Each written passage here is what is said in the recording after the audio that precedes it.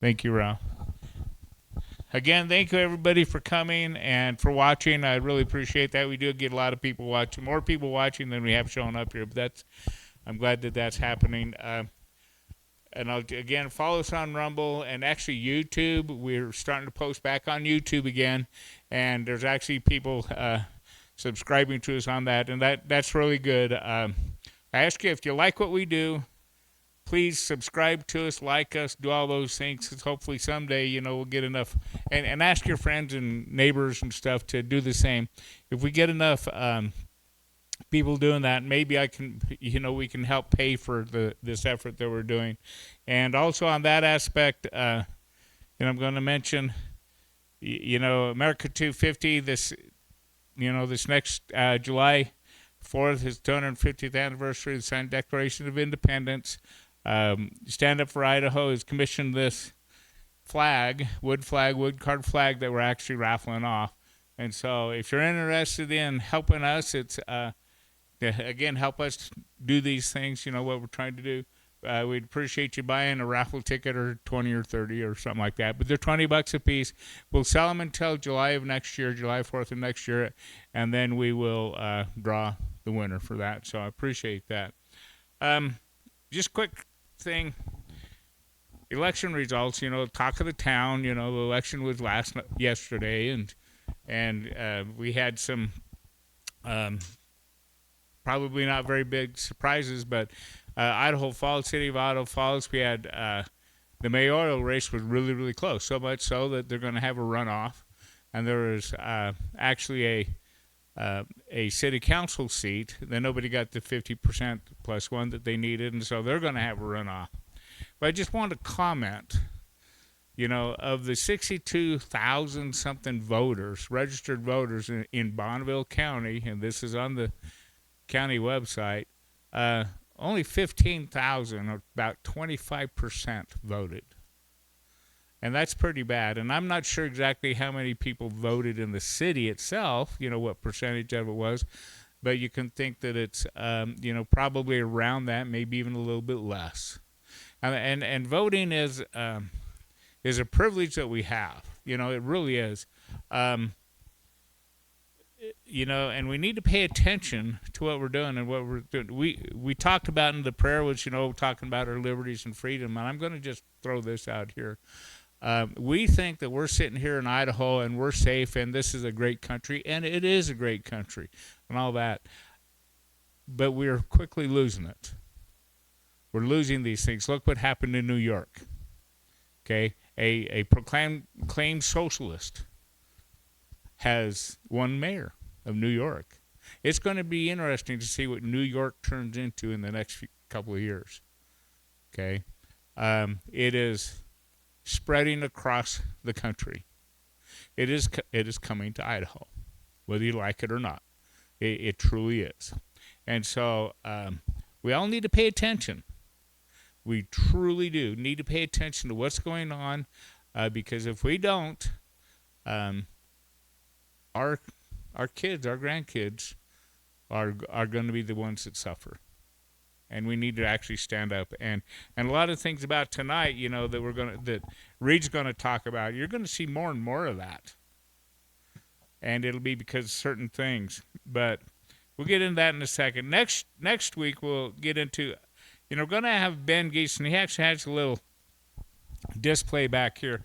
Now, Ben is, I'm not going to go into all of what he has, but Ben's is going to talk about Federal Reserve and banking and crashing money market mess and stuff, and, about debt and all that. And I had a lady, if I can get this darn thing to work, send me something, and it actually, puts things in perspective. And I know we all knew it, but this really puts things in perspective. And it's about our national debt. Okay? And she was saying, I'm reading a book written in 2024 and found this interesting. It's straight from the book. The national debt in 2024 is $34 trillion. Okay, what's it with a T? To put that in a time perspective, say you count one number per second nonstop. How long would it take to count to 1 million? Okay, it would take 12 days counting every single second nonstop. How would it take to get how long would it take to count to 1 billion? It would take 31 years. Okay? How long would it take to count to 1 trillion every second without stopping?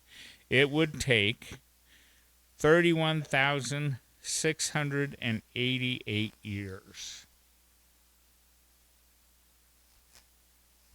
With America at the debt of 34 trillion, it would take over 1 million years to pay it off.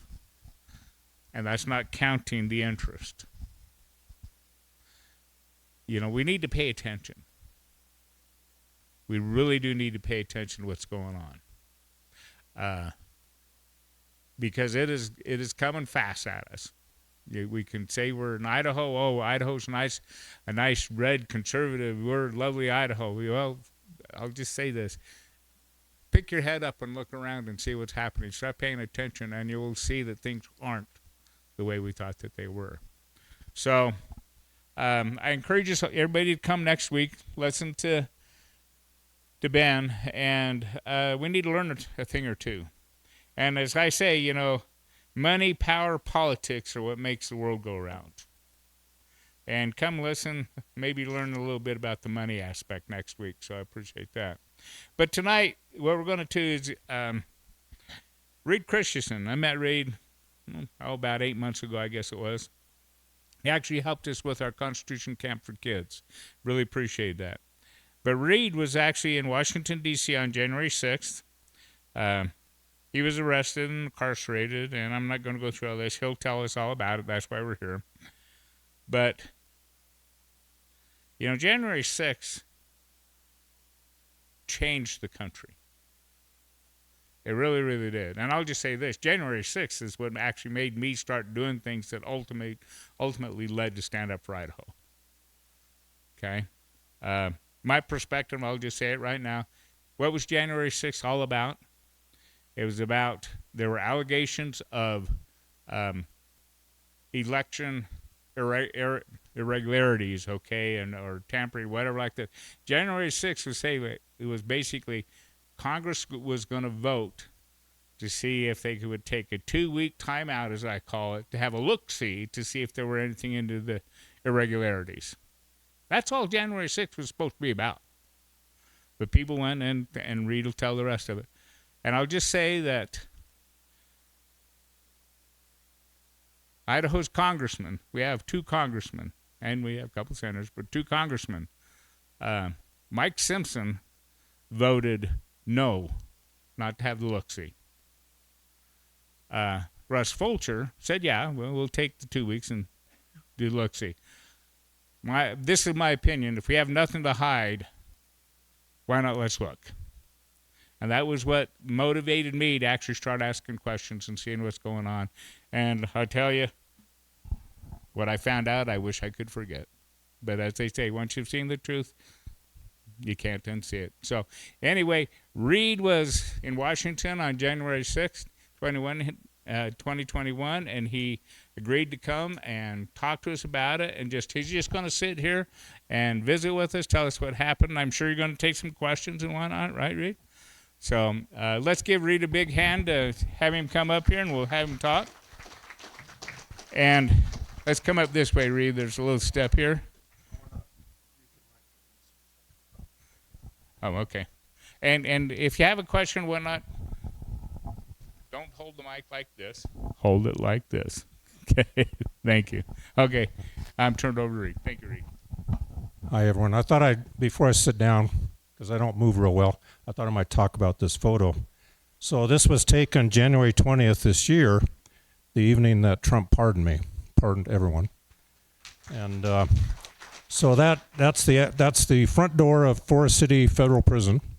My wife had been showing up the prison probably starting about 6 in the morning because she had faith that Trump would fulfill his promise, and was chased off by the guards for most of the day.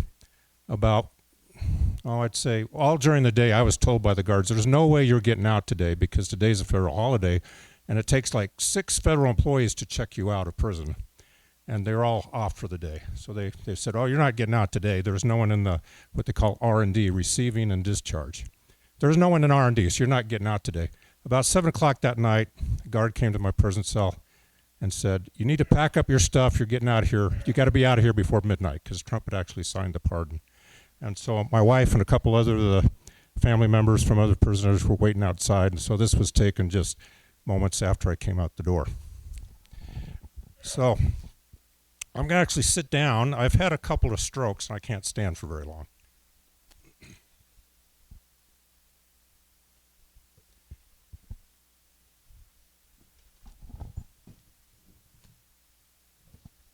I'm not sure why Doug put me up here unless it's so you can have good aim with the tomatoes or something. But before we start, I thought it might be fun because I've heard a lot of things about what January 6th was.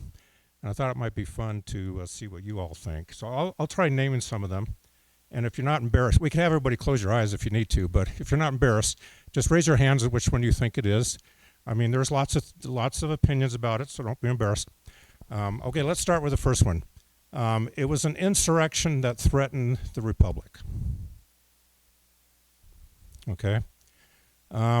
It was a riot of people who got out of control.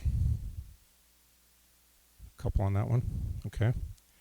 Let's see. It was just a rally. Okay. And I'll maybe make a little different. We'll define what rally is, but for now, let's just say rally. Okay, we got quite a few on that one. What about it was just a protest with some civil disobedience? Okay, a few of that. Okay, any other that I've missed that we could mention? Anybody got some other? Yes. From the cat. Oh.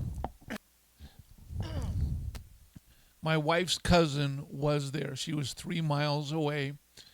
Everybody's wearing red, white, and blue, 3-corner hats.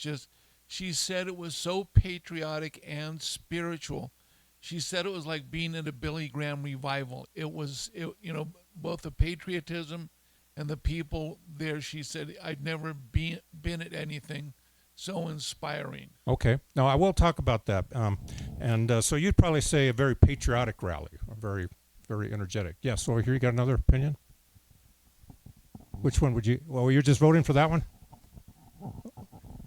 Oh, okay. We'll do it over here. I think it was a setup. Okay, that's an interesting one. Yeah, a lot of people think that. Okay. We got a few more. Let's take just a couple more. If you have a unique theory, be sure you raise your hand. Yes. I think it was a psychological operation. Okay, so it was basically a government psyop or government setup. Okay. Oh, thank you. Frankly, I had no idea what it was, but one feeling I've never changed is that whatever they said, the news people said, that was not what happened. Yeah. Okay. I never changed from that. Yeah, that's a good rule of thumb. I'm here tonight. That's why I'm here tonight. Yeah, that's a good rule of thumb. Okay, one more here. Let's do this, lady. Please use the. We decided not to go because my husband reads Reddit, which they call World War Reddit, and all these people were saying bring 3-foot closet poles with you so you can beat people with them. And we started going, what is this about? And we felt they were like trying to incite a riot or kind of violence there. So we said, no, let's not get involved in this. We didn't go. Okay, so you saw some evidence that there was some violence. Okay, or some intended violence. Okay. All right. So what I thought I'd do here is just give you a first a witness account, just like if I was on a witness stand, what I saw and what my impressions were. Now remember, I was one person, and there are hundreds of thousands. Some people say up to 1 million people there. So this is just what I saw. I didn't see obviously everything. I wasn't there very long, which you'll find out.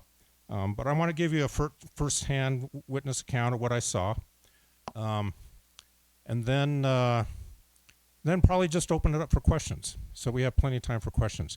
Oh, by the way, I want speaking of questions, I might mention that that beard is a 30-day beard. I was in the cooler or the punishment block for 30 days. And if anybody cares why I was in the punishment block, you can ask me during question time. Okay. All right, so I was living in Oregon at the time. My wife and I were on 16 acres that we considered our dream property. Been working on it for 25 years. It was the Willamette Valley, if you're familiar with Oregon.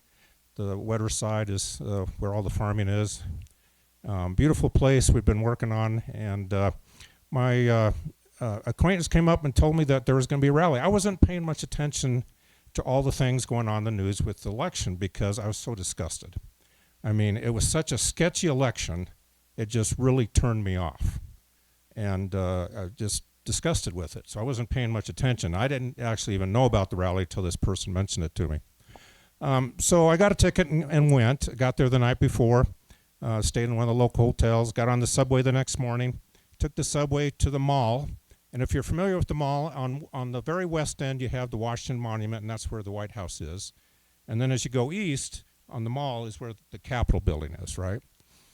So I got off on the subway station closest to where the rally was going to be because Trump was going to speak towards the east end where the Washington Monument is, because that's where the White House was. He was just going to come down from the White House and the crowd was supposed to gather there. So I get off the subway, and I hadn't had strokes by that point, but I had bad knees. And so I got off the subway stop that was the closest.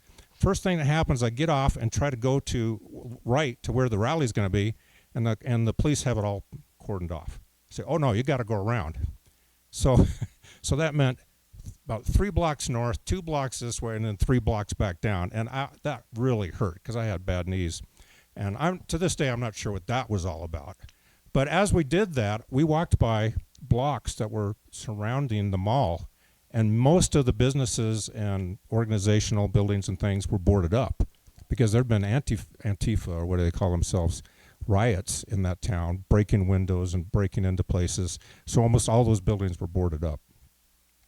So I get there pretty early, waited around, talked to people around the mall. And I'll just confirm what this person said about the people who were there. If you were there, you'd be totally comfortable because they were middle class, good Americans who were very upset about what somebody did to their election. And one of the things I thought was interesting, there were groups of people, but the groups that stood out to me the most were groups of South Vietnamese. And the reason I was interested in that is my dad spent, a tour in Vietnam, and he sponsored a young man who escaped from the communists, put him through high school.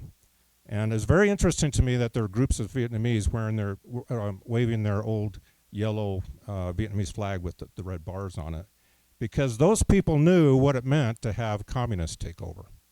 And I'll tell you what, fixing elections is a sign of communism. How do you think Kim Jong-il gets 98% of the vote all the time? Is because everybody loves him? No, they fix elections. So they knew what it meant to have crooked elections in a country, and it wasn't good, and they were there to protest. But I would just confirm that everybody I talked to were just good, patriotic, good Americans. Now, there were a few people who were, a little extreme. Like I saw a guy in a Batman costume, and there was the guy with the horns that the media made the front of their thing. I never saw him personally, but the guy with the buffalo hat. And there were a few people like that, but most everybody else looked like normal, mainstream, patriotic Americans. So we stood around the Washington Monument until Trump spoke, and I'd have to say that most of the reaction of the crowd, at least my reaction, was total boredom, because Trump spent the whole hour describing all the election irregularities, all the terrible things that had happened. You'd seen, I'm sure you've seen a lot of it. Republican poll watchers kicked out, and Democrat operatives putting poster board over the window so people can't see what they're doing in there. All this garbage. And so he took about an hour going over that, and there was no place to sit. We're all just standing around, and my knees were really hurting. And so I think I even sat on the cold, damp ground because I I was bored, and I don't remember anything he was saying other than he was talking about these irregularities. Then after he was done, everybody started moving out towards the Capitol. So I started heading out towards the Capitol. I was probably on the tail end because I had to stop at least a couple times and use benches along the way because it's a ways, it's probably a mile or two. And it took a while for me to get there. And when I got there, there were people, just a sea of people. I mean, the whole mall was filled, but there was a sea of people right up to the steps of the Capitol. Well, I kind of wanted to, I should back up. Why did I go? Because you mentioned that you didn't want to go. Why did I go? Well, I wasn't clued into any, social media or what anybody was saying about it. I just heard about it like a few days before, bought my ticket and went. But I did have the thought that Republicans are supposed to be looking at this election and doing something about it. So this was my thought. Well, if 1 million patriotic Americans showed up on the mall and showed those Republicans that Americans really care about this, that maybe they'd get some spine and actually do something. That was my thought. I know, you're laughing at me, I know. but that's what I thought. Well, maybe these Republicans will get some spine and actually do something. So that's why I went. I mean, that's why I spent the money across the country. I was living in Oregon. And so I get there, and there's just a sea of people all the way up to the steps, and the police are at the bottom of the steps blocking everyone, which I thought was a little weird because, I mean, this is a protest. I mean, every other protest I've ever seen can go up on the steps. So I thought, well, I want to see what's going on better. So I went around to the south where there was no action going on. And as I did, I could see that what was going on in front of the steps is that there was a lot of pepper spray in the air. Now, I'm not sure where all the pepper spray came from, but the majority of it came from the police who were spraying it at the protesters. Just one problem, the wind was coming from the west.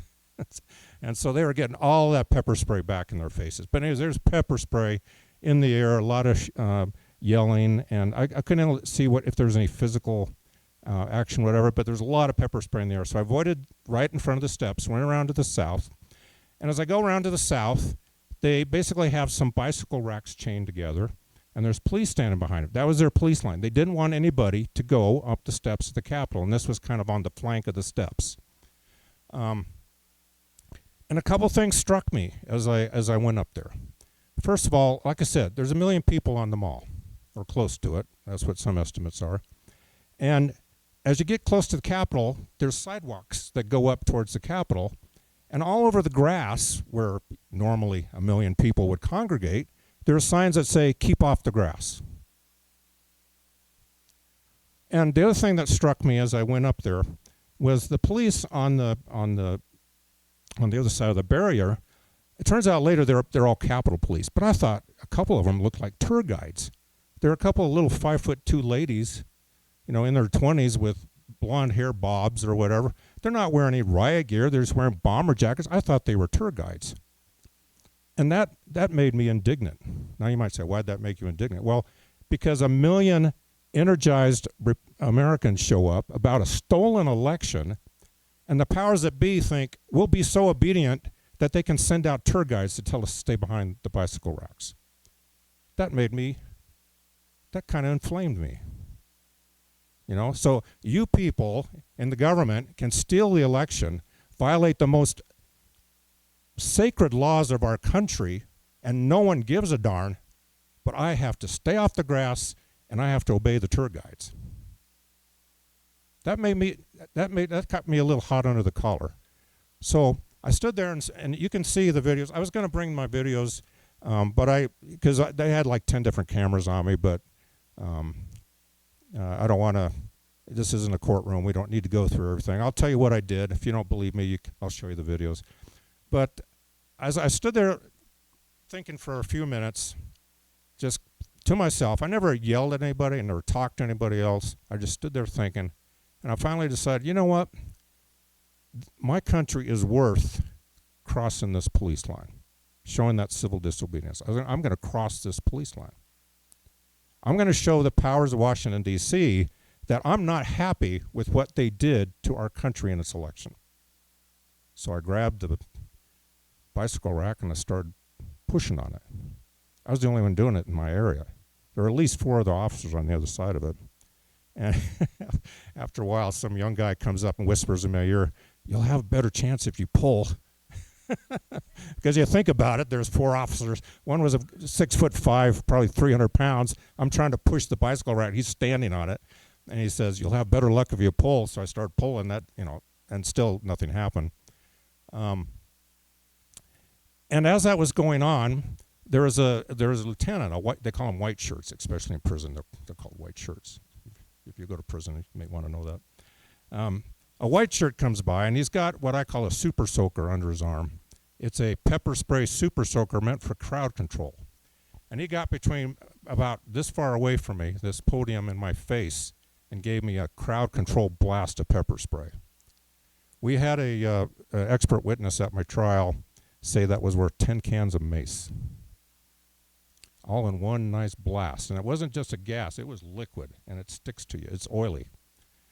And I'll just throw this out in case I forget to say it. When I got home, that's the last thing I remember. Because pepper spray is not just to irritate your eyes, it messes with your mind. It's to disorient you and everything. So it messes with your mind. And when I got home, that's the last thing I remember. So, but what happened after that was that not too long after, I backed off, and some people gave me water, and I tried to get it out. But like I said, it's oily. It doesn't come off very easily. In fact, I learned in prison that the best thing to use is milk. But anyways, so I back off, and then I go back to the post or the bicycle rack, and somehow, to this day, I don't know who did it, but my lawyer found a video of it happening. Somebody down the line, because remember these bicycle racks, which probably weigh 100 pounds each, were chained together. Somebody must have hooked a line or a rope to them and got about 15 guys on to pull, because all of a sudden the bicycle racks go whoosh out of the way. They just go scampering out of the way. And I thought, well, here's my chance. so I made a wobble, I guess, for the get past the police line. Remember, there's other 20, 30-year-old officers there. I made it 6 feet, and they shoved me, and I went back behind the line.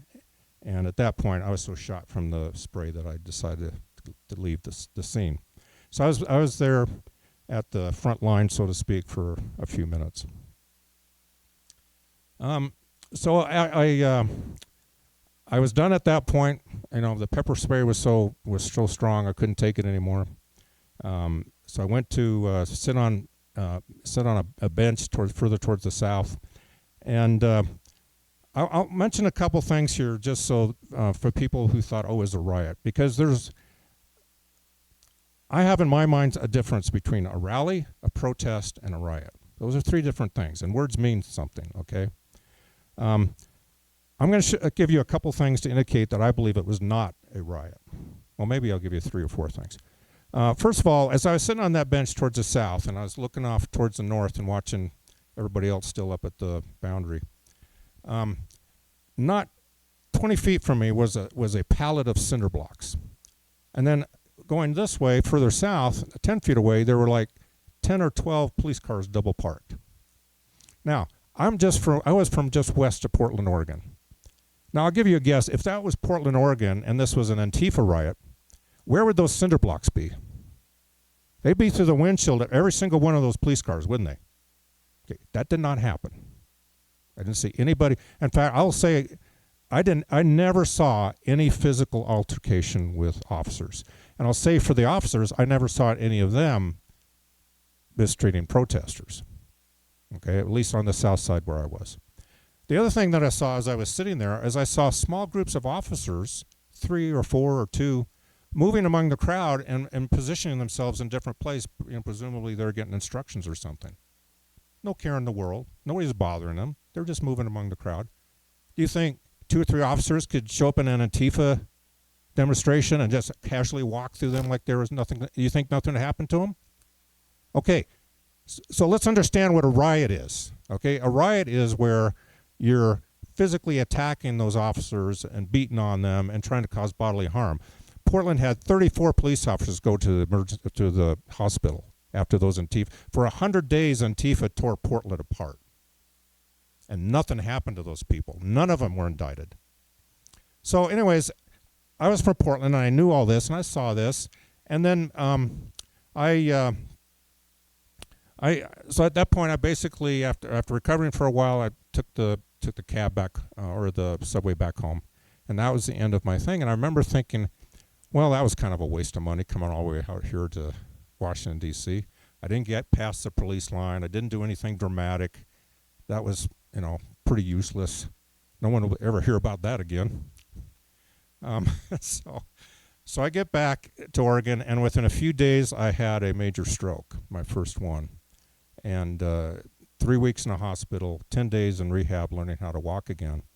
But at the end of that time, and a few weeks after, I was, maybe months, I was able to essentially recover, so you probably couldn't tell just by watching me walk or anything that I'd had a stroke. But anyways, about February, I started hearing from people that knew me to say, you're on the FBI's wanted list? I said, what? I'm what? Yeah, you're on the FBI's wanted list. Now, I didn't go look because, to me, what the FBI had been doing for the last several years just made them a equivalent of the KGB in a lot of ways, and I did not want to go to their stupid website. I did go see if you want to go see it, go home and go to YouTube, search Reed Christensen FBI, and you'll see the little video they made when they're looking for people to turn me in. And someone did turn me in, but I'll have to say it never occurred to me. I thought it would take years for the FBI to find me. I wasn't too worried about it because I'd been in the Army. I knew the government and how inefficient they are. I thought it'd take them 2 or 3 years to find me because I wasn't on social media. I didn't have anything on the web except maybe one picture. I was a secretary of my county Republican committee in Oregon. And so I thought, it'll take forever to find me. But I didn't think about the fact that they'd put out, wanted poster and this wanted video and say, hey, do you know this guy? Turn him in. It never occurred to me that someone I knew would turn me in. Never crossed my mind. And that's what happened. Someone went to the FBI site and said, oh, I know that guy, and turned me in. So about February, we started hearing this, and I would have to say that this was probably one of the worst times of the whole ordeal because my wife, we've been married 47 years. She just was having panic attacks, often to the point where she couldn't breathe. We had several family members, basically say they can't associate with me anymore because I'm wanted by the FBI. And that tore her up. Wasn't real pleasant for me either, but really tore her up. And so I think that was probably the worst period of the whole ordeal. But like I said, I wasn't too worried about it. It didn't occur to me that someone would turn me in. But we were in the car, 1:30 on the afternoon on Sunday, headed to church, and we lived out in the country, and there's a little loop there. And as we're coming out of our loop, past this one of the side roads, there's a whole line of cars, including sheriff cars. And I say to my wife, boy, I wonder what the neighbor did. But we keep on going. All of a sudden, all these cars peel out behind us. And sheriff car turns on his lights. My wife was driving.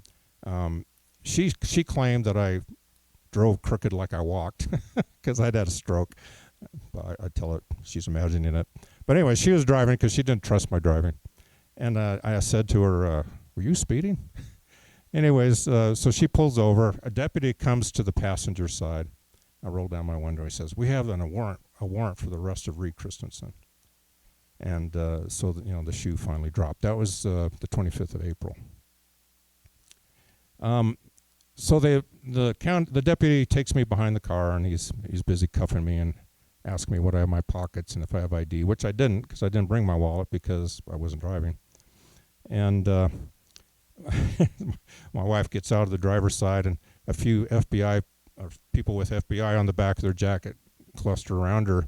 And she told me later that she kept asking for the arrest warrant. She wanted to see the arrest warrant. And the FBI said, oh, we don't have to show you a warrant.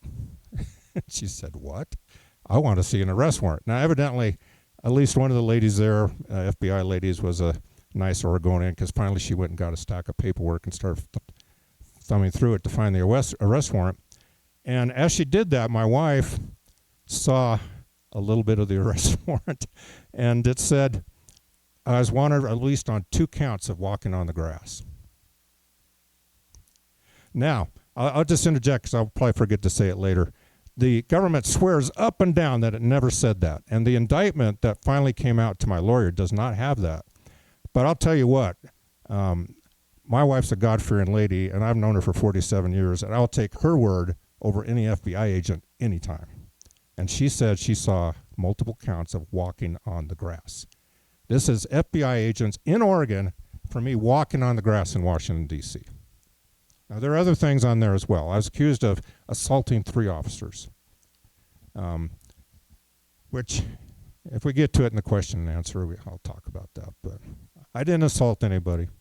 In fact, I will say that during the trial, I told my lawyer, I'll go stand for trial, and he agreed. He says, if you're ever up on felony charges, if the prosecutor doesn't give you a deal that takes the felony charges off, don't agree to it. Because if you get a felony charge, it ruins your life. So you might as well fight it. And when the prosecutor, the DOJ never offered a plea deal that didn't have a felony in it, so we didn't take anything. So we went all the way to trial. And I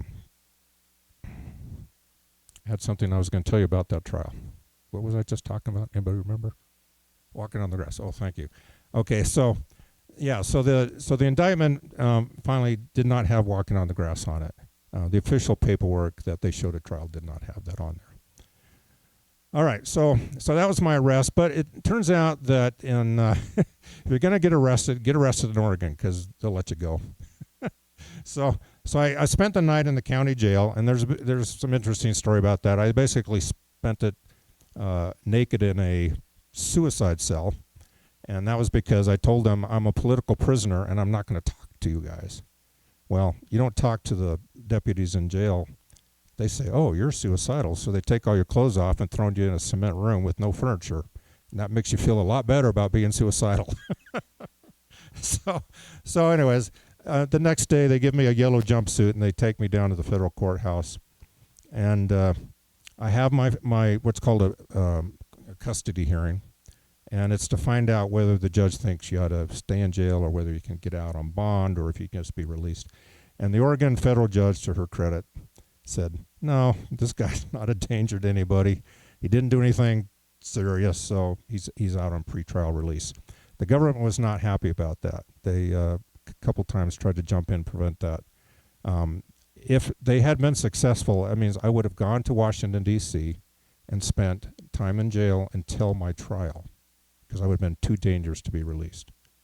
When I, jumping ahead a little bit, I'll say when I finally was found guilty at my trial and went to the Washington, D.C. gulag, the J6 pod, they called it, I met people, guys there who'd been 3 years, because my trial was the end of 2023.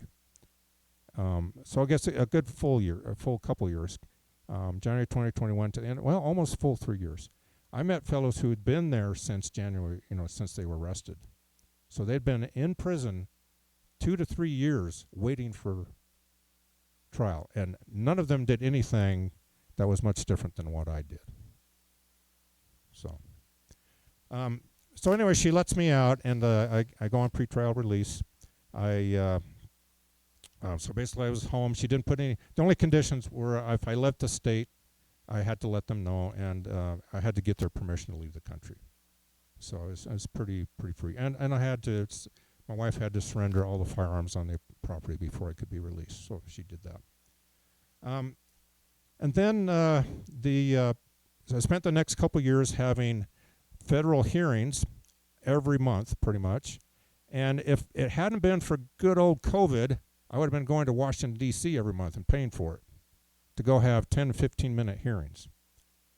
But because my Oregon governor was a little moon baddie and she really went for the COVID nonsense, it was by Zoom. So I went to my lawyer's office, we got on Zoom, and we talked to the federal judge every month. And for the first couple of years, it was basically, is the evidence ready? Well, the government wasn't real organized. They had hundreds of police officers, and and the building's full of cameras. They had all these hundreds and thousands of hours of video, and they didn't have it organized in any way initially. Eventually, they got some kind of database, supposedly. But you would not believe the lawyer bill I got from my lawyer trying to look through that stupid database to find things applying to me. But anyways, it just kept going on. Every month, the lawyers would say, "Oh, we don't." The prosecutor would say, "Well, we don't have the videos ready to give," and my lawyer would say, "Well, we're not ready until we get the videos from you." And so it just went on month after month after month, and paying for a lawyer that whole time. My legal bills for this were probably north of $300,000. So, anyways, the trial comes up, and my lawyer kept saying the whole time, "Look, even if you're found guilty, what's going to happen is that since you're not a threat to anybody, the judge is going to let you go. You'll be able to come home." My wife and I raised 5 kids, but they're all gone by this point, and so we're living out in the country on a rural property, and my wife can't handle it by herself, and we're in our 60s. But he said, "No, don't worry about it. You'll be able to come home and figure out something because the judge will let you go, and you'll have to do what's called a self-report. So even if you're given a sentence, you'll be told, okay, you have to be to this jail at this time to turn yourself in." And so I believed him about that. So my trial happens. Lots of fun stuff about the trial, but one of the things that I say struck me, and have anybody here been through a court trial? Okay, one person. So probably as a typical American, you are totally ignorant about your legal system. But I'll tell you one thing: it just knocked me out of my chair to understand that a federal prosecutor can lie their head off. The very first thing that came out of that prosecutor's mouth was an absolute purposeful lie. I was astounded. I was totally astounded. I could not believe that was the state of America's legal system. The other nice fun thing about that is my jury consisted of people who all lived on Capitol Hill. That's where the transaction occurred, on Capitol Hill. So they're all a bunch of D.C. government workers. So when the jury pool filed in, 60 of them sit down in the back, and the judge reads a multiple question, multiple choice, or yes and no kind of thing, and they're supposed to mark down their answers. Then they turn those in, and then the judge looks at them to call people up. Of the 60 people who came in, one of the questions was, could you be fair to a Trump supporter? And there was a similar question said, could you be fair to a Jan 6er? 30 out of the 60 people said no. That's my jury pool. Okay, we got a hanging jury here. And of course, the other thing about that is, only half of them admitted that they're bigoted. The other, who else is bigoted that didn't admit it, right? But so, anyways, when they're calling up the jury, which took 2 days, because the judge kept trying to rehabilitate jurors who said they couldn't be fair. And he keeps saying things like, "Well, you understand now that Mr. Christensen is innocent until proven guilty, right?" Well, the person just said they can't be fair. But anyways, the judge tried that for the first day, and he saw he was getting nowhere, so then he stopped bringing those kind of people up. But I did find out, going back and looking at the court records, that 5 people who said they could not be fair to a Trump supporter got on my jury. Not supposed to happen. The one guy who probably you could classify as a conservative, one of the questions was, "What do you think of the FBI?" And this guy gets up there. He starts listing all the FBI scandals, the Hunter laptop, and all this. It just goes on and on and on. The judge says, okay, that's enough. And if you've been to a jury trial, you will know that as you're going through the jury members, the defense gets 10 strikes, and the prosecution gets 6. So as these people are going through, if you see someone you don't like, your lawyer can strike them and say, "No, we reject that person." I only got 10, and unfortunately, my entire jury pool is hated Trump people, so it didn't do me a whole lot of good. And the prosecution got 6 that they could get rid of. Probably the only person they would probably strike off would be the guy who didn't like the FBI. Didn't even have to do it. The judge struck him. The judge basically, "Oh, we can't have this guy. He's prejudice against the government. Wait a minute, what about all the people prejudiced against me? But anyways, the prosecution didn't even have to use a strike. The government got rid of, or the judge got rid of them. So this goes on, and the whole time this was going on for 2 years, I told people, if an American jury ever got hold of the videos, saw what I did, saw the ridiculous charges, there's not an American jury in this country that would convict me. But I didn't count on Washington, D.C. And so I was found guilty on all charges. I'll just mention that a couple of the charges that I didn't really pay much attention to before the trial because I didn't realize how ridiculous they were. One of my charges was I had scared Mike Pence. So Mike Pence, there's a law that says you can't threaten the Vice President of the United States. Well, the prosecution added that onto my list of offenses. Evidently, I scared Mike Pence, and he had to flee. He was over on the east side. My lawyer pointed out he was half a mile away. He never saw me. And yet, I was one of my misdemeanor charges was I scared the Vice President. Here's another great one. I didn't realize how ridiculous it was. I'm responsible for Safeway losing $1 million the week after. Yep, little old me. Taking the subway from the hotel, going to the rally, taking the subway back. I interfered with subway interstate commerce. There's a federal law that says you cannot interfere with interstate commerce. And by golly, Safeway lost $1 million that week. So it was my fault. And I was found guilty of that misdemeanor. Obviously, it had nothing to do with the January 6th show, Kabuki Theater, they put on afterwards, where they put up barriers and everything, prepared for the insurrection, and brought in the National Guard, prepared to fight off the MAGA hordes and all that nonsense. It wasn't them putting up barriers for the week after. It was me attending the rally. So I was found guilty of that. So the jury comes in. They did take at least. We didn't finish up real early on Friday, so they only had a few hours of jury. So they did go into Monday, so I had an extra weekend. And they came in on Monday and pretty early and said guilty on all counts. Now, at that point, the squirrely little prosecutor, I really don't like this guy. The squirrely little prosecutor, oh, by the way, I remember thinking during the trial, I wish I could show this guy what an assault looked like. Because bumping into police officers and assaulting is two different things. But anyways, I controlled myself. I didn't show him what an assault looked like. But anyways, he jumps up. He takes his big U.S. code. They have these U.S. code books about 6 inches thick on the table. He jumps up and he leaps it open and he goes up to the judge, to the podium where he talks to the judge. The lawyers talk to the judge and says, "Judge, we need to remember that it's not allowed under U.S. code, blah, blah, blah, blah, to let dangerous felons onto the street." And the judge says, "Oh, by golly, you're right. You're remanded to prison." Slams the thing. At that point, 3 marshals come up and take me out the back door of the courtroom, which my lawyer said would never happen. He said, given the charges and who you are and everything, never in trouble, model citizen, veteran. He said, they're not going to do it. You'll be able to go home, help your wife. And the marshals take me out the back door and down to the dungeon. Every courthouse has a nice big holding cells, which looked to me like a dungeon. Maybe lacking the torture tools, but looked like a dungeon. And so I was hauled off at that point to the January 6th, what they call the gulag. And if you have some questions about that, we can talk about that. Let me check the time here. We probably should stop. Have some questions.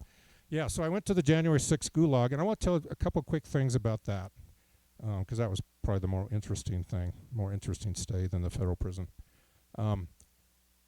The Washington D.C. prison is almost entirely black, and not just the prisoners, but also the people who work there. They're all from Nigeria.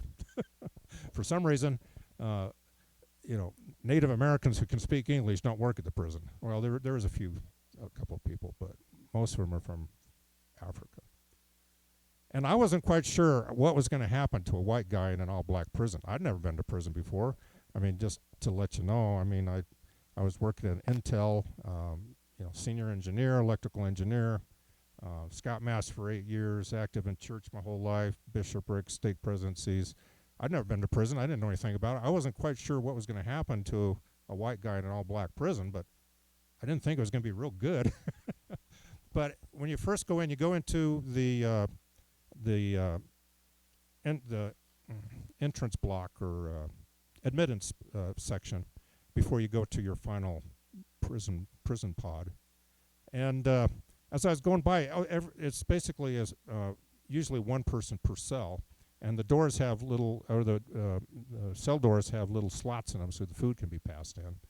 And you're basically locked in there 23 hours a day. You can get out 1 hour a day to have a shower, call people, walk around a little bit. But as I'm going back, all these black fellows are putting their fists out like this. They want to fist bump me. Well, that's real nice. So I'm going down, fist bumping all these black guys. And come to find out later that whenever the prisoners in a Washington, D.C. prison see a white guy, they assume they're there for January 6th. Because they usually are. In the J6 pod, there's about 34 of us, and they're all white guys. And excuse me, there was one black fellow from D.C. He told me something funny once. If anybody's interested in questions, I'll tell you that. But anyways, come to find out later that every black prisoner credits the January 6 prisoners for improving the prison. Because what happened when the J6 guys were first put in, now you probably have heard some of these stories about terrible conditions, back up, toilets backing up, and cruel guards and all this garbage. That was normal. That was the way that D.C. prison ran. But they made one mistake. J6ers had voices on the outside. They weren't poor black guys from the hood. They had political connections. And in fact, there were a few Congress people, I think Marjorie Taylor Greene was one of them, that came down and demanded to be let in to see what was going on, and in fact made such a ruckus that a federal judge had to order federal marshals to come in and check, and that found all this stuff to be true. And so the J6 pod, which was put into one of the unused wings, because they put all the J6 people together. Rather than putting them in the general prison population, they put us all in one pod or one unit of the jail. And it was an unused one. Hadn't been refurbished or anything probably since 1960. I don't know. So it was a mess. And that was a lot of what you were hearing about the conditions. And then I don't know if they had to pay somebody, that they refurbished another unused pod, and then they moved us up into there. And it was quite a relief when I got to the J6 pod, because it was full of political prisoners. I was afraid I was, be among gangsters and murderers and things, but it was just political prisoners. We walked in, and everybody took up a collection of what they call commissary. You can buy snack foods and things on a kiosk they had, and they'd be delivered every other week. And they took up a collection, so we'd have auxiliary food until the next commissary came around. So I got a big bag, a welcome packet, for my cell. And you had everyone had their own cells, because there were 48 cells, but only about 34 of us or something. So everybody had their own cell, which is kind of nice, because you put all your stuff on the top bunk. There's no chest of drawers in a cell, by the way. So, anyways, it wasn't too bad. It was, and you could spend the day talking politics. Everybody liked talking politics. I will have to say one thing though. I saw more fights in the January 6th pod than I did when I got to the general prison population. That surprised anybody? What do you think everybody was fighting about? Politics. Did that surprise you? Kind of surprised me. But as I thought about it, I said, that's kind of the state of our country, isn't it? People fighting about politics. And supposedly a bunch of conservatives. I mean, these are the guys that stood up for America when it was stabbed in the heart, and yet, we're still fighting.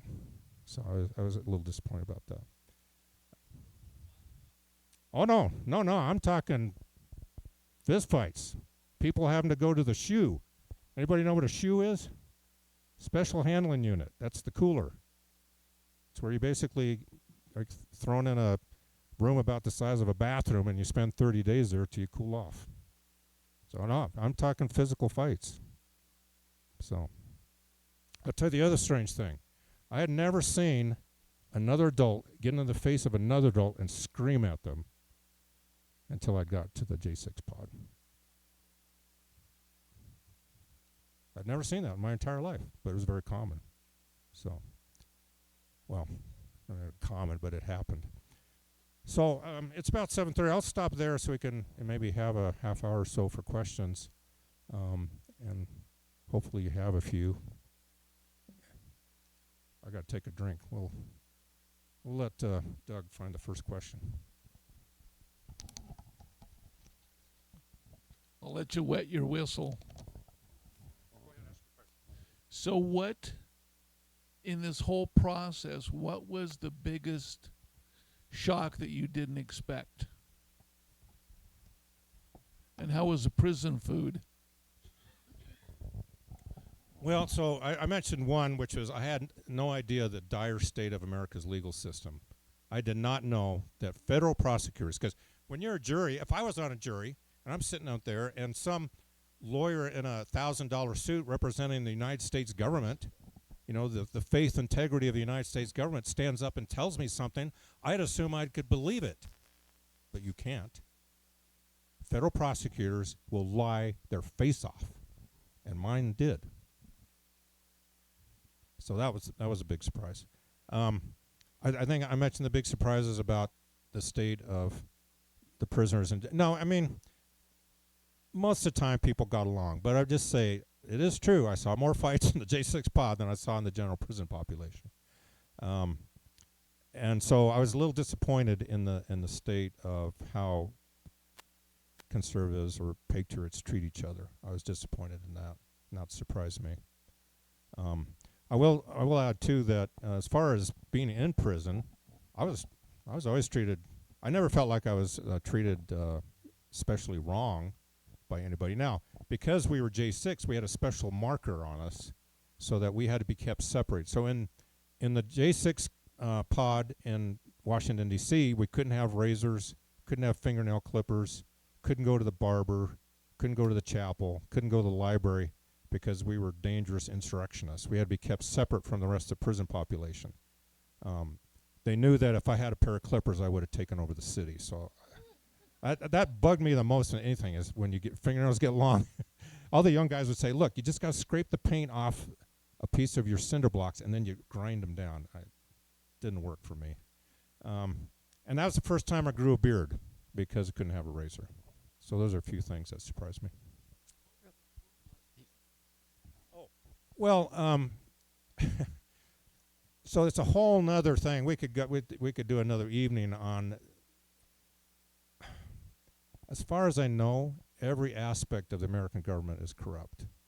The Bureau of Prisons. So when I was there were. Oh, so that's another thing that surprised me. I was surprised that I thought when I got to the J6 pod, it'd all be middle-aged constitutionalists like me.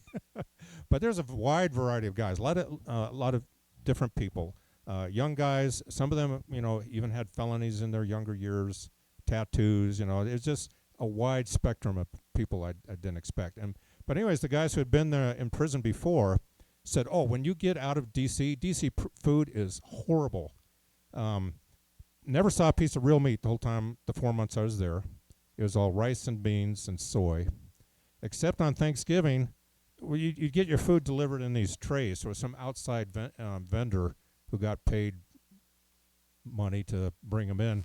Except on Thanksgiving, the outside vendor made a pretty nice, had a real piece of turkey in it, had a little bit of scoop of dressing and stuff. It actually made me kind of disappointed, because it means they could do better if they wanted to. But normally you never saw any meat. Lunch was always peanut butter sandwiches or bologna. That's one of the things I tell one of my grandsons is, I'm so full of bologna now. But peanut butter, bologna, and the food was pretty terrible. But you can buy food on commissary. And when I got to everybody said, when you get to the federal system, oh, the federal system's well funded. There'll be a salad bar all you can eat. There'll be a pasta bar all you can eat. There's a grill for morning for breakfast. You can have whatever breakfast you want. So I was looking forward to the federal system. So I get to the federal system, and I went to Forest City, Arkansas, which is a story in itself, because I was stuck for 3 months in a federal transfer center, and all the guys who were in that transfer center, because it is in Philadelphia, and but all the guys who were there because that's where they were from and they're there for 5 years, kept saying, "Why are you here so long? Usually J6ers are only here 3 weeks. It's been 3 months. Why are you still here?" So finally I went to one of the counselors. I said, "Why am I still here?" And they said, "Oh, we're trying to get you in a medical center," because I'd had 2 strokes by this point. And I said, "Well, there's nothing you can do about that. I mean, I just have to take my medicine. There's 4 post-stroke medicines you take." And I said, "The medical center's not going to do anything for me. So just send me to a low somewhere near my wife who had moved from Oregon to Idaho." We have family here in Idaho. So when I was hauled off to prison, she had to close down the farm by herself, which was a story in itself because I had built 4 barns and I was busy filling them full, ready for the apocalypse. And she had to clean it all out by herself. But she came and moved here to Idaho. And I said, "Just get me in a low next to my wife in Idaho." And about a week later, he says, "Reed, good news. You're going to Forest City, Arizona." I said, "Oh, well, that's not bad. It's just, Arizona's just straight drop Idaho down to Arizona." I said, "Okay, great, thanks." So I get on the federal convict, it's called Con Air. If you ever see white unmarked airplanes flying around, they're full of convicts chained up. And so anyways, I was put on a Con Air flight to Oklahoma. And then in that Oklahoma, the prison's right on the tarmac, the airport, so they can take you off and ship you to where you're going at that point. The last station in Oklahoma is to confirm your final destination prison. And the guy looks at my paperwork and he says, "Yep, you're going to Forest City, Arkansas." I said, "No, it's Forest City, Arizona." "No, it's Arkansas." So the initials for Arkansas is AR. And I'm assuming that the counselor in Philadelphia assumed AR stood for Arizona. I hope he wasn't messing with me. But, so I ended up going to Arkansas, which is, you're supposed to be within 500 miles of your family because your family's supposed to be able to visit you to rehabilitate you. And there's a federal law that says you're supposed to be within 500 miles. But all these laws have after, comma, at the discretion of the BOP. You know what that means? It means the BOP can do whatever crap it wants. That's what it means. So they put me 1,500 miles from my wife. Now there's a place, interestingly, there's no federal facilities, no federal prisons in the Intermountain West. I thought there'd be one in Salt Lake, but I guess there's not enough crooks in Salt Lake. The nearest one would have been Colorado. But it's kind of the Potemkin Village, if you're familiar with that term, where they take all the politicians there because that's their nice one. And it's hard to get into that, and it's not real big. So I was all the way down in Arkansas. And when I got to Arkansas, it's a campus-type layout. There's 3 buildings for the barracks, and then there is a chow hall. It's about a half-mile round trip, which was a hard thing for me to do with my bad knees and my 2 strokes. But twice a day, I ate breakfast in my room. But twice a day I had to take the half-mile round trip to go to lunch and dinner. And the food was appalling. I found that I had to buy $150 a month on commissary of my own money, of my wife's money, in order to keep from losing weight. Oftentimes, now I did see real meat, like on Thursday they'd put a chicken leg on there. So the first time I saw real meat. But oftentimes the dinner was whatever hamburger they could find that wasn't stolen, mixed in with hamburger helper. So you'd get a scoop of that and a scoop of overcooked collard greens, and that would be your dinner. Maybe a piece of bread. And it was appalling. And there was no salad bar, and there was no pasta bar. And I asked the convicts who'd been there a while about it, and they said, well, they closed it down for COVID and they never reopened. So anyways, it took me $150 of money from people did donate to Jan Sixers. My wife put money in. I had a brother put money in. But it took at least $150 a month to maintain your weight. You had to buy your own money. If you didn't have people on the outside, there were guys there. Most of the ones I met just were on drug charges, who'd been there 13 years or more. And not all of them are coming from real strong families. In fact, you probably have to have a pretty strong family to stick with you for 13 years. And some of them are coming from inner city ghetto families. And so what happened was if you wanted to survive, you had to have what they called a hustle. You had to have a job, some way of making money. Different ways of doing it. One of the fun things was there'd be vendors going up and down the hallway. I was at a low facility. There's camp, low, medium, and then penitentiary. I was eligible for camp. In fact, if you had 35 points, you'd go to camp. My points were -6. But I couldn't go to camp because I had a J6 marker on me. I was a domestic terrorist. So the best they could put me, the lowest they could put me in was a low. And so it's an open barracks, 140 guys in an open barracks. And there'd be vendors walking out, pillows for sale, pillows for sale. The BOP didn't issue pillows because dangerous felons can't have pillows for some reason. So people would take old blankets and old mattresses, tear them up, sew them, and make pillows.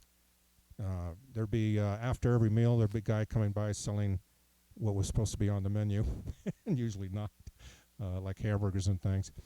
There were people who would take ingredients off the, like coffee mixer and creamery and sugar and things, and they'd make like cheesecakes. So you could buy a slice of cheesecake. So that you'd have to have a hustle so you could earn money if you didn't have money on the outside. The other hustles that were available, which I didn't get involved with because you want to stay away from them, were contraband. So you could there were cell phones that you could have you could buy for multiple of what it would cost outside.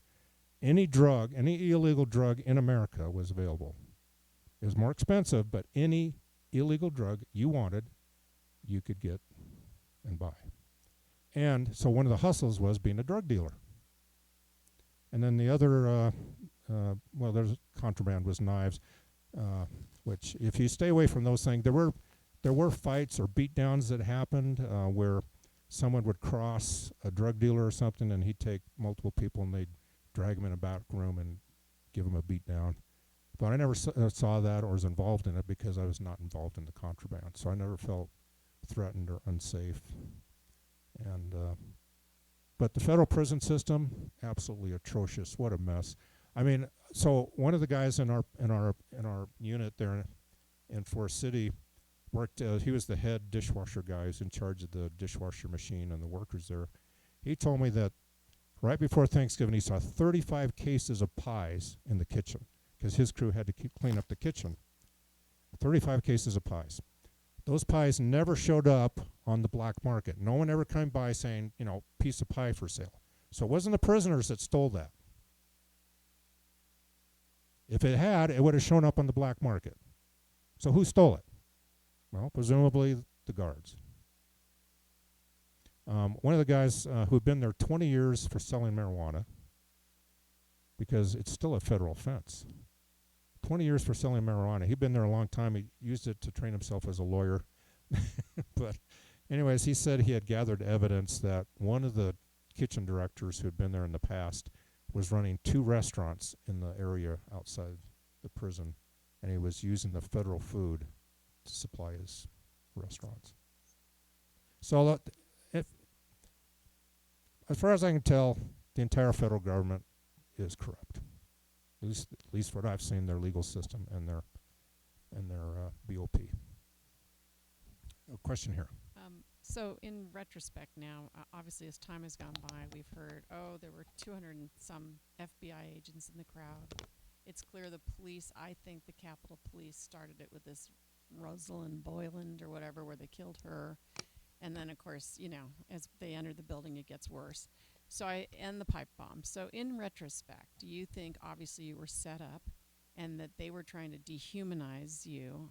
And just that's one question. The second is, do you still love your nation after all you've been through? Do I still love your nation after all you've been through? So I'll answer the last one is, of course, because I love America that existed in my mind before this happened. Because I think America was like that. I don't know if it can be again, but it was once. And I think most Americans, when they think of their country, don't don't think of their legal system as totally corrupt. They don't think of their prison system as totally corrupt. I'm sure the government's at the top funneling in tens of thousands of dollars to support every prisoner. It's just not getting down to the bottom. But as far as the setup stuff, so like I said, I went to the south side. Now it's possible. It's possible that if just working.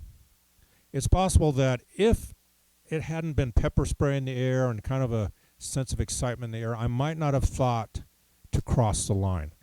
But understand that my goal was to cross the line, to get up on the steps, to wave the flag, to impress the Republicans. That was, and as far as I can tell, that's what everybody else wanted. Because as I was sitting there on this, after I left and I was sitting on the bench trying to recover before I went back to the hotel, every once in a while the crowd would push the police line 10 feet up the steps. And there's this huge cheer would go out across the mall. And then a little while later, another 10 feet, a huge cheer. As far as I could tell, everyone had the same goal in mind, which was to wave the flag on the steps of the Capitol, indicate with a little civil disobedience that we're not very happy with what just happened to our election, and to put some spine in the Republicans. I would say that I guarantee that if any not even Republican, but any politician had come out and addressed the crowd, the worst that would have happened to them, they would have been booed. A bunch of middle-class Americans. What do you think we're going to do? Be like some Antifa thug in Portland and beat them up or something? Throw urine at them like they did, like they do in Portland? No, they're a bunch of middle-class Americans. No one would have done anything to them. So the whole running out the back because they're after us nonsense, that was all theater that somebody maybe planned out ahead of time. It was all stupid theater. There's no reason that any politician should have run out. And when they got up, when the Patriots got to the top to wave the flag, somebody opened the doors. Those are 3 or 4 inch thick wooden doors. What do you think someone there is going to do? Unless they have a chainsaw. And so someone opened the doors, and if you look at the videos, you see people going through following the ropes. Are they throwing paint at the paintings like they do in the Louvre? Are they toppling statues? No, they're calmly going through the ropes and walking around. So I can't speak for everybody, but no one incited me. No one talked to me. I told you why I did it, which was I was disgusted that people who stole the election, violated the most sacred laws in America, told me to keep off the grass and sent out a couple of tour guides to keep me from going past the line where I wanted to go wave the flag. I can't speak for everybody, but I'd say the majority of people, that's what they were there for. And now maybe if there hadn't been agitators who got people riled up and got people pushing up maybe the pushing up the steps never would have happened. But I will ask you this question. Have you ever heard January 6th described as the day that police killed 4 protesters? Have you ever heard any media say that? Because that's what happened. 4 protesters were killed that day. Ashley Babbitt was shot. I think everybody knows her story. Have you ever heard of Roseanne Boyland? Roseanne Boyland was beaten to death in the tunnel by police officers. Because I met the guys who were there for assaulting police who were basically trying to push the police off of her so they could drag her out and try to help her. She was beaten to death in the tunnel when all the chaos happened. Because what happened at some point, the Capitol Police were told, clear these people out. And they came in, and they came in rough. And I met the guys, because I never saw any of that. But I wasn't in the main melee. I was down on the south side. But they came in rough, and they beat Roseanne Boyland to death. And I met the guys who saw it happen and tried to help her. And they were all there because they assaulted police officers by grabbing their shields and trying to push them away. And the 2 other people that died, if you go look on the websites, it'll say, they died of natural causes. Yeah, they were natural causes, but they died because flashbangs were being thrown in the crowd. And so these 2 people died of strokes and heart attack because they were throwing flashbangs indiscriminately with old people and children. because they were told to clear these people out, and they got rough. And that's when a lot of the video you'll see about, police fighting and that stuff, the carefully FBI videos, that's the period that they're using. By the way, I was quite surprised when I got out after 16 months to find out, where's all the video? Where's the 144,000 hours of video? Remember the Republicans were going to get that? Have you guys seen it? Has anybody looked at it since Tucker Carlson, somebody with a national platform?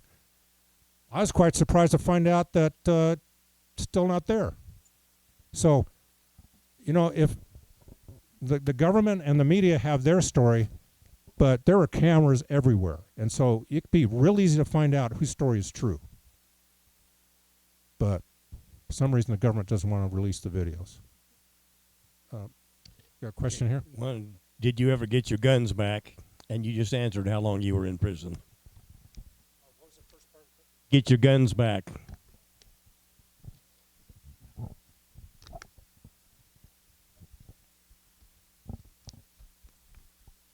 Well, so I just recently took a trip to Oregon and collected a few of them, but I decided I had a pretty good collection. But if a few days before the FBI came, I had a thought, I have 16 acres here. Maybe I ought to put some of these away safely.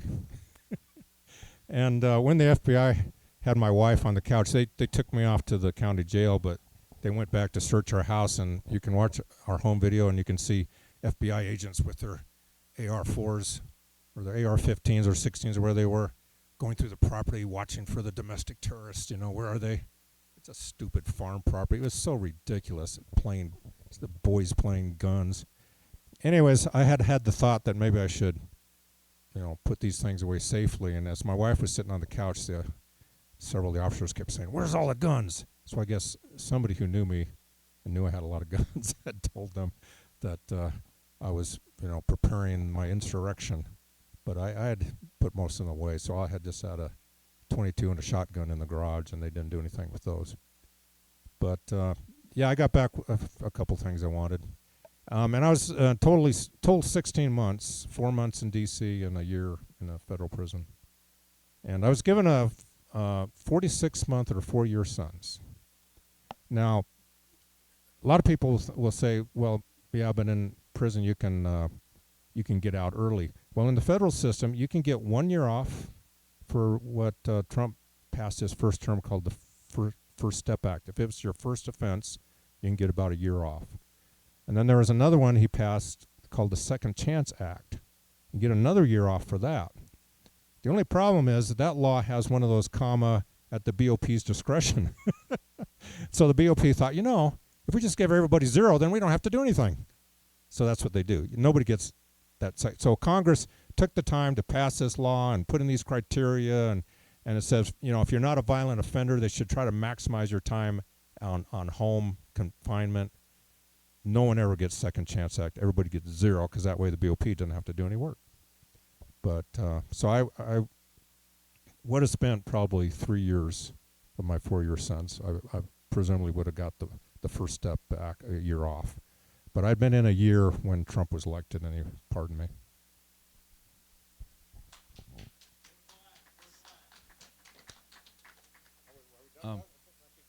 Okay, so you guys were in Washington to support Donald Trump. Prior to him getting reelected and pardoning you, are you aware of any efforts on behalf of him or his people to help you guys while you were in prison? 'Cause I didn't see anything.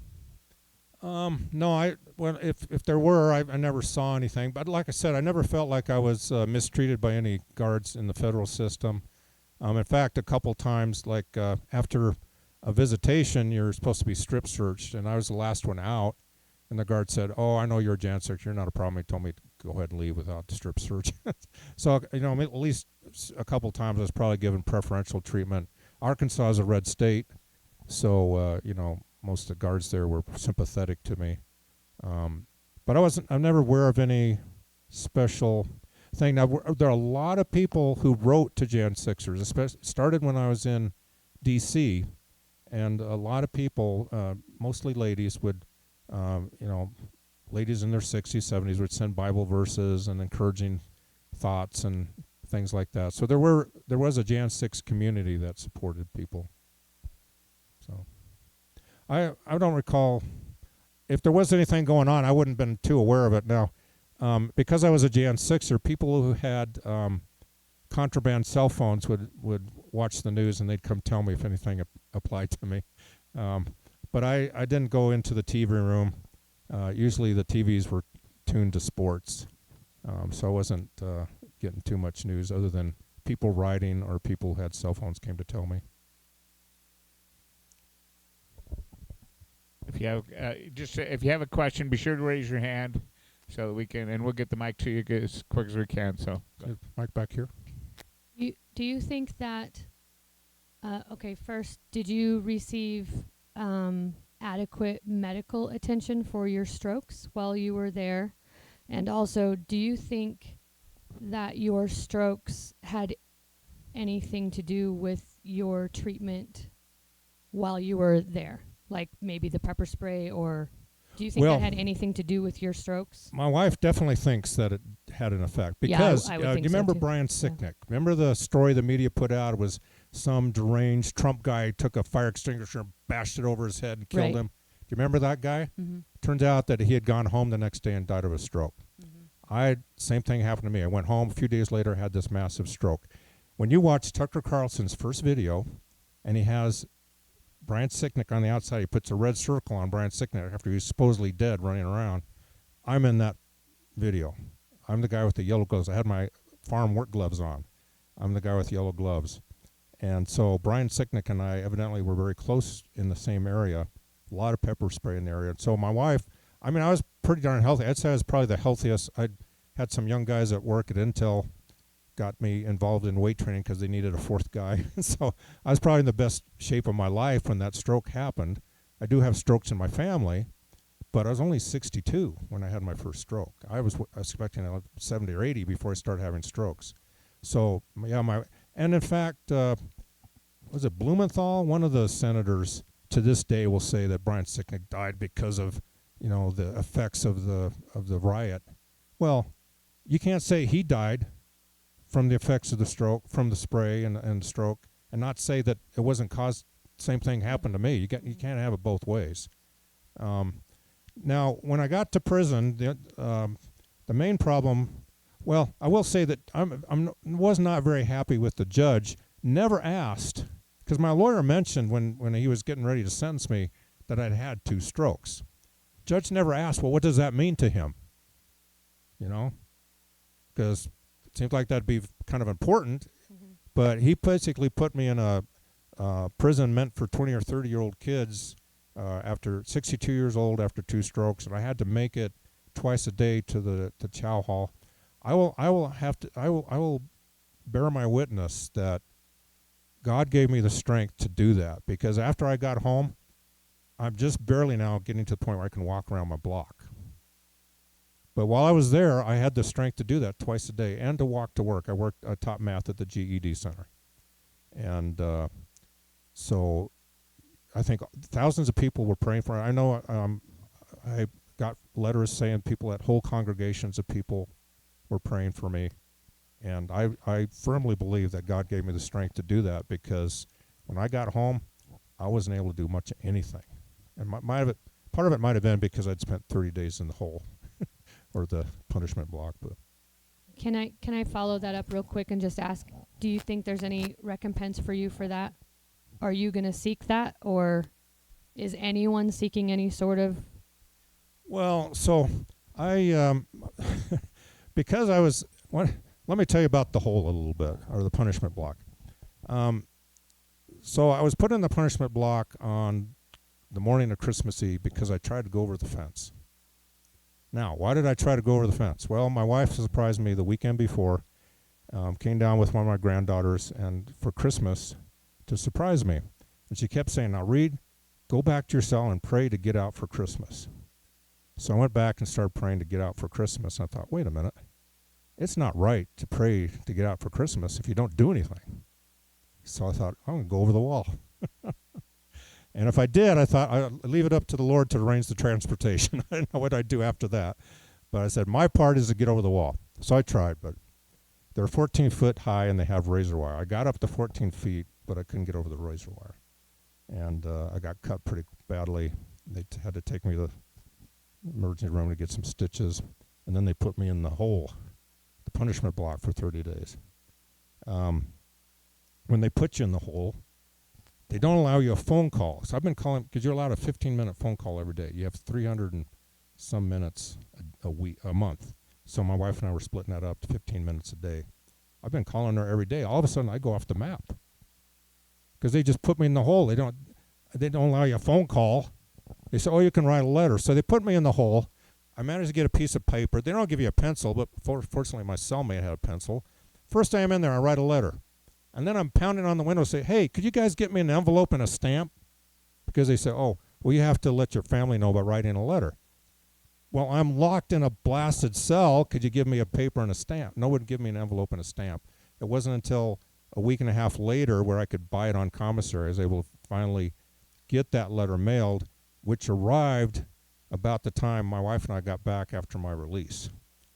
But they don't give you a phone call, and so my wife was worried that I died. I mean, I had 2 strokes. I was 62.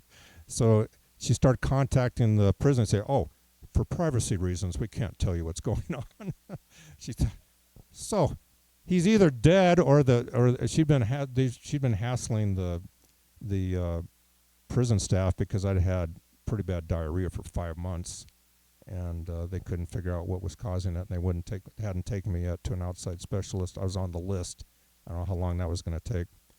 Anyway, she came to Arkansas and started filing a federal lawsuit saying, where's my husband? And so the prison, even though I was in the SHU and you're not supposed to call anybody for 30 days, they finally allowed my wife and I to get a call so she could see that I was alive. Anyways, when I got home, the judge said, okay, you're released now, so Myra's lawsuit we're not going to worry about. But if you want to file one, you can. So I did what I filed. I filed a complaint asking for a declaratory judgment. A declaratory judgment doesn't ask anybody to be imprisoned or anybody to be fined. It just asks for the judge to look at the case and to make a ruling. And what I asked was, I basically listed all the things that happened to me in court, the political prosecution, the stuff that happened in prison, and I said, I want a judge in America to look at this, and you tell me whether or not this was true and just. So that's what I've been through the district court. I've been through the appeals court. Now I'm actually writing my own Supreme Court writ. They only accept like 100 a year, and thousands get submitted. But I figure at least I've documented everything. So. Well, thank you. So when you got pardoned and went back home, how did the community? Can you walk down the street and like you used to? Are you shunned a little bit, or is it the same, or how has it changed? Well, so we had my wife had moved while I was in prison. We were in Oregon, been there 30 years, so knew a lot of people there. But no one knew me in Idaho. But to answer your question, there's a couple things I could point out. When my wife moved, huge support from the ward, 30, 40 people, neighbors, came to support and help her. When she moved here, there were 45 people from the ward that helped her move in. And my wife was not shy in telling people where I was. People thought she was a widow initially because she moved into the house in the neighborhood and no one else. But she wasn't shy in telling people I was a J6 prisoner. And frankly, nobody in the ward has said anything negative. No one's really, well, a couple of guys said, man, we need to talk. But that hasn't happened yet. But I haven't felt any bad feelings or anything. And if someone wants to talk to her, I mean, I had at one point in Forest City, 60 Minutes called my lawyer and says, we're looking for a J6er that might want to talk to. So I talked to a 60 Minute editor or writer or something, some guy for a while, and I wasn't sure whether they were going to pick me or not. But anyways, I found a few guys to act as would say hostile 60-minute interviewers, and they didn't believe they weren't political guys, but they thought what I did was pretty stupid. In fact, there was one guy there who, good friend, he was a Memphis, Tennessee drug dealer in prison for 20 years for drug dealing. But he was a good friend, and he always used to tell me, Reed, you got to admit you were wrong, or you'll never be able to reform yourself. So he's the one guy I've written to, and he wrote back. I told him I hadn't admitted I was wrong yet. So anybody has a different opinion about J6 and you want to talk about it, I promise I won't yell in your face and I won't beat you up. I'd be happy to talk to you about it, but I have pretty strong opinions, and I haven't apologized to anyone. I don't plan on.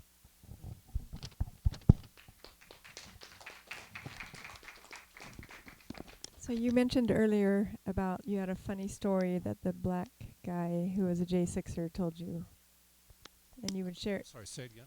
You said there was a black guy in prison that was also a J6er, and you had a funny story about something he told you. I would like to hear that, and if I'd like to hear a little bit more about the trial too, if we have time. Okay.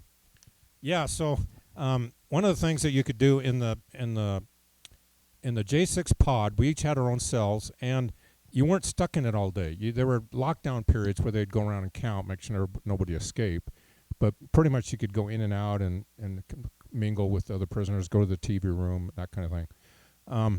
But the other thing they did was a lot of mornings they'd come, especially in the fall before it got too cold, would take you outside and you could walk around the block, out in what do they call it? The yard. You could walk around the yard. And anyways, as we did that, the yard in D.C. wasn't real big. It's in the inner city. There's the congressional cemeteries on the other side of the wall. And one of the things, and it's not a real big wall. I mean, it's only like 10 feet tall with a little razor wire on the top. So one of the fun things we did as J6ers, as we walked around, we would make plans of how we could escape.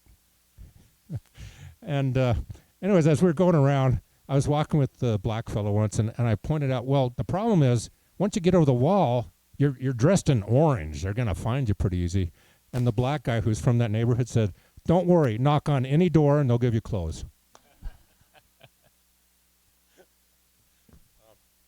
Okay, and more about the trial. A lot of what I put in my complaint asking for a judge to look at was about the trial, because I'm of the opinion that until the American legal system gets totally revamped and cleaned out, I don't believe God can bless America again. I really don't.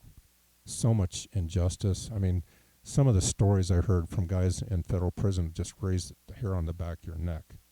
Just because a lot of us, did you know, for instance, that a federal prosecutor can look through a computer searching for state cases that might be to his benefit to bring up? So, for example, my good friend Binky, he called Binky because as a little boy, he didn't want to give up his binky. So he's a 44-year-old drug dealer, and his nickname's Binky. Binky was picked up for drugs. He was a little older by this time, so he wasn't on the street corner, but he was the next level up. He was supplying the guys on the street corner.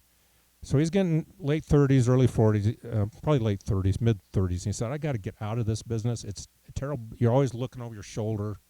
It's a bad way to live. You're not going to have a stable family. He was going to get out of it.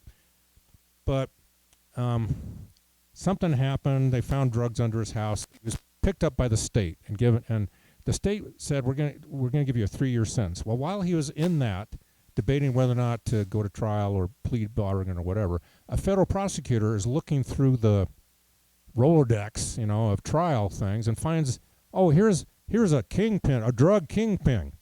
Well, he's the next level up off the street. He's not a Colombian guy putting together submarines full of millions of dollars of drugs. But the federal prosecutor picks up the case, gives him a 20-year sentence. He gets a 20-year sentence. The state was going to give him 3. He was going to be able to get out and start his life. What the heck do you have left in your life on the outside after you've been in prison 20 years? He was in his 30s. Even an older person, even if you have a good portfolio, you'll be lucky to have much left when you get out after 20 years. Nobody taking care of it. And he didn't have a real strong faith. He still had a sister who was sticking with him. But he in order to earn money so he could buy food, his hustle was networking. That's what I called it. He had a different name for it, but he basically knew everybody and what they needed, and he knew how to arrange the trades, and he'd take a cut. He was the one that found a barber for me. The first time I had my haircut, I was pretty sure he was English as a second language, but turns out he was a druggie. So he couldn't follow instructions very well. But yeah, the federal system, the lawyers lying, the federal prosecutors lied the entire time. I documented a few cases where I felt like I could prove it from the transcript. The jury, I was not impressed by the jury. I mean, and so for instance, let me talk about my 3 charges of assaulting police. It starts with bad laws. Section 18 U.S. Code 111A says if you impede, resist, or assault a police officer, it's an 8-year felony. Well, what the heck is impede and resist in there doing with assault? Because basically what the prosecutor did during the trial, he brought up, like, one of the officers, Officer English, gets on the stand and the prosecutor says, "Tell us what Mr. Christensen did to you that day." And Officer English says, "I don't remember him." Because when you play the video, Officer English was kind of looking that way, and I tried to cross the police line this way, and they shoved me back. Well, I was blinded because they were spraying more spray in my face, and I had bad knees, and I was stumbling around. I kind of bumped into the back of him. He turns around for a second to look at, it's just an old guy, and then he goes back to what he was doing.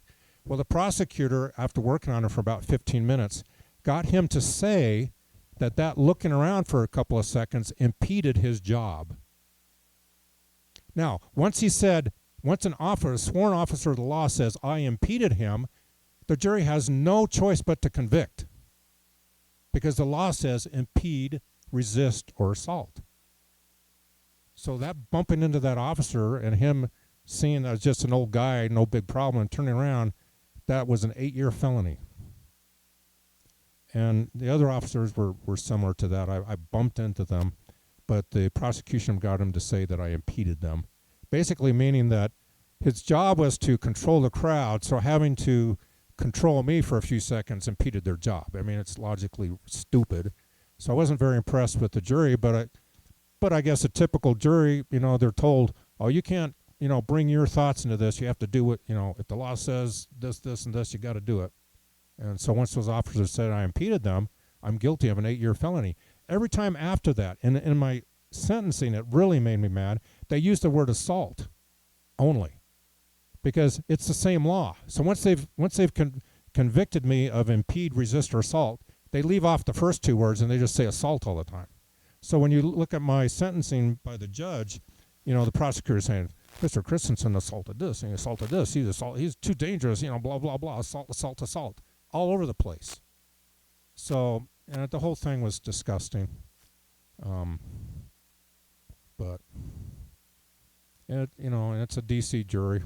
My wife felt like that maybe because they went from Friday to Monday, there was somebody on that jury who was trying to argue a little common sense. But, by Monday, maybe they thought about it and said, "No, I don't need to be the guy at the office who let a J6er go." So by Monday, they all voted to convict me. Well, any other questions for? Well, let's give him a big hand. I mean,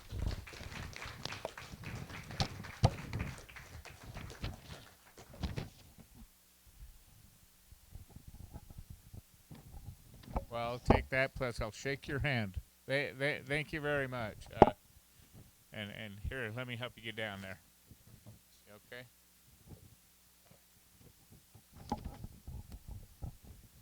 This is sitting here listening to Reed. I wonder, what to say. It's actually very sobering to me. Listening to what's going on and all that, and you just don't know what to say. You just don't know what to think. A comment that I was thinking of when he said he was wanting to get up on the steps and tell the Republicans to do something, basically, what went through my mind at that point was, well, I'll just say it. This wasn't Republicans. I mean, it wasn't necessarily just Democrats, Republicans. You start looking at things, and a lot of Republicans are just as bad. Okay, it's the state of our nation, and it's not necessarily associated with what political party you're with. You look at things, even in recent history, the Republicans have been in control, the Democrats have been in control, blah, blah, blah, blah, blah, blah. Same thing, nothing really has changed. Trump's coming in, stirring himself up, doing all of that.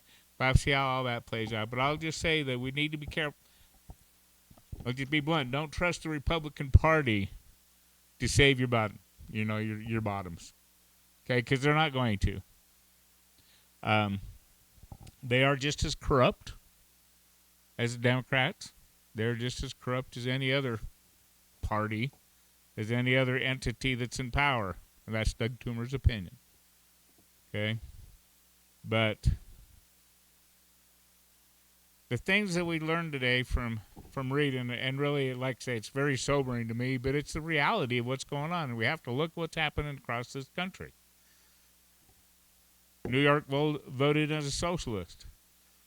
Just wait until they decide what you can and can't say and can and can't wear and can and can't do this and that and end up throwing you in prison.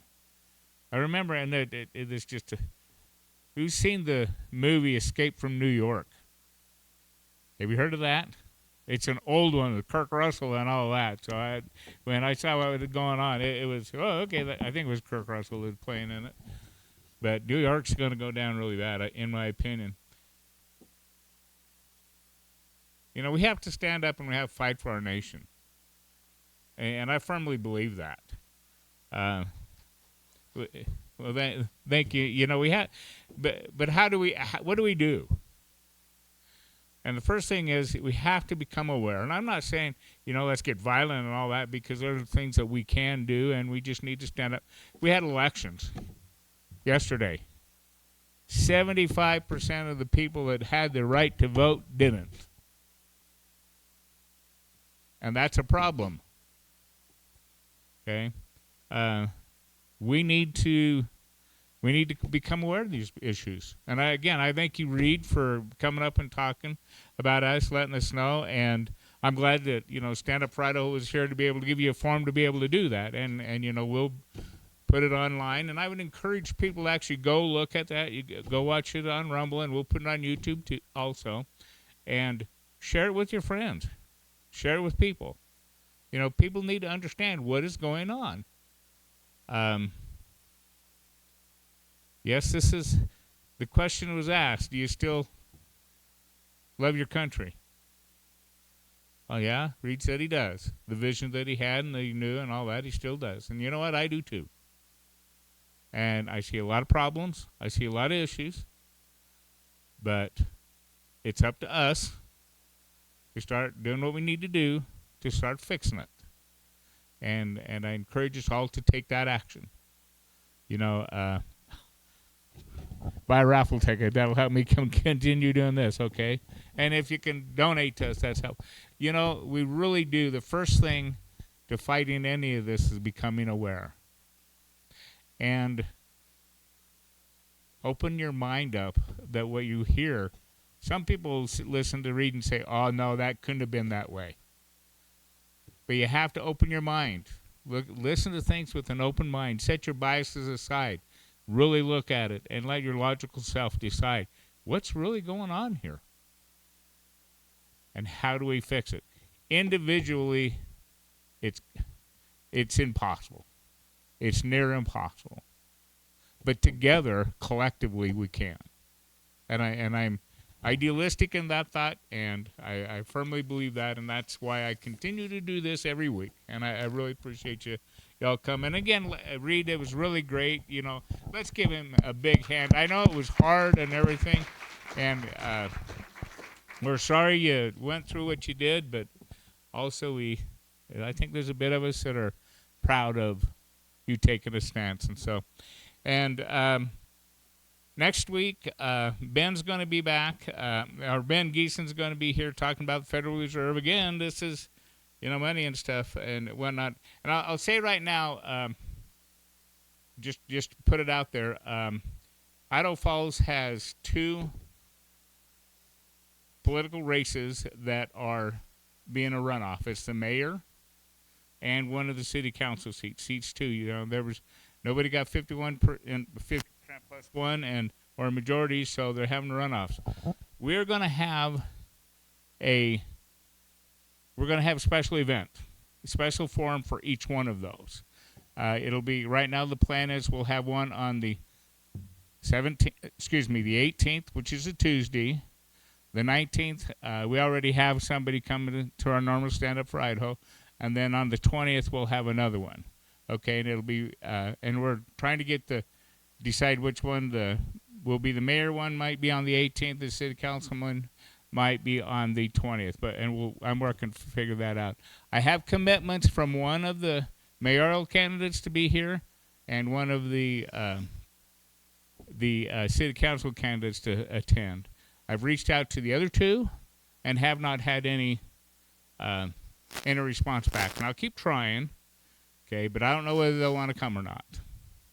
And I'll just say this to your voters, to you as a voter and whatnot, especially looking at what we just listened to today. If your elected officials or people that want to be your elected officials won't come and talk to you or take questions from you, and in any kind of forum, what are they doing? Should they really be your elected official? Okay? And so I challenge us all to think about that. And if the candidates are listening to me, I challenge them to think about that too, because it's the corruption, it's the good old boys club, it's this, that, and everything else that ends up happening and causing what happened to Reed, and also what he described throughout the whole judicial system, as I'll put it, and the correction system and all that. So we need to stand up and start doing what we need to do. Okay? So I appreciate everybody, and I hope to be here next week and whatnot, because Ben has a lot to say, I'm sure, and it's going to be real great. And he has some things up there, and he's give him a chat as you go out. So thank you all so much, and we'll see you next week. Take care. Be safe going home.